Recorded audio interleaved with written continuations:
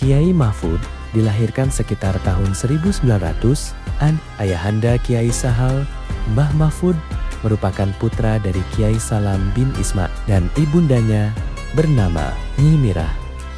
Beliau merupakan putra ketiga dari 4 saudara. Pada masa kecil, Kiai Mahfud belajar mengaji kepada ayahandanya, Kiai Salam, yang merupakan ulama terkemuka di kawasan lereng Muria. Pada waktu itu, pesantren sebagai institusi pendidikan belum didirikan secara formal. Hanya majelis-majelis mengaji di rumah kiai, musala, dan masjid. Masjid Kajen yang menjadi warisan arkeologis dan situs Islam peninggalan Syekh Mutamakin menjadi referensi kegiatan keagamaan di kawasan Kajen, perguruan Islam. Madhaliyul Falah baru didirikan pada ke-1912, mengiringi beberapa pesantren tua lainnya. Semisal Tebu Ireng didirikan Syekh Hashim Asyari pada 1899. Di Jombang, pesantren Lirboyo oleh Mbah Manaf atau KSC Abdul Karim pada 1910.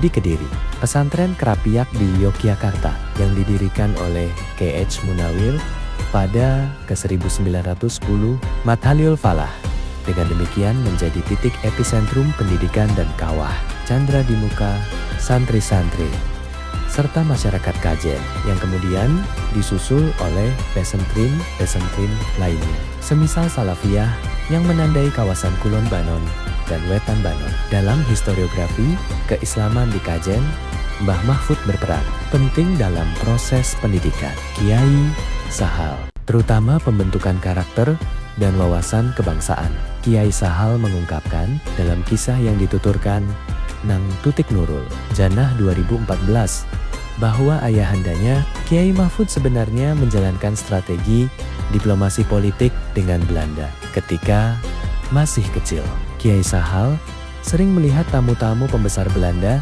datang ke rumah ayahandanya untuk berdiskusi dan terlibat perbincangan, membahas masalah politik maupun keagamaan. Kiai Mahfud berbicara dengan tamu Belanda menggunakan bahasa Melayu, bahasa yang belum banyak dipakai orang pribumi Jawa masa itu. Uniknya, Mbah Mahfud belajar bahasa Melayu dari para santrinya.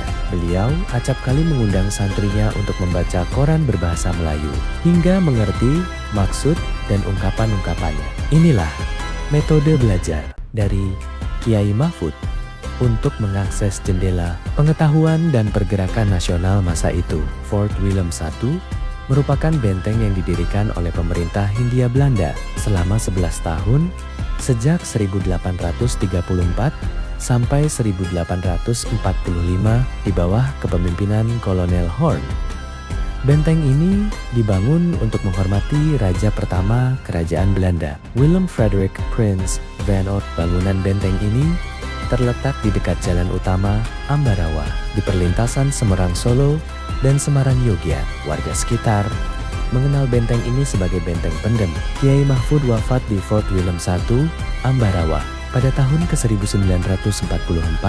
Perlawanan terhadap kolonial, konsep politik kebangsaan, dan diplomasi politik Mbah Mahfud sejatinya menjadi telaga inspirasi bagi Kiai Sahal.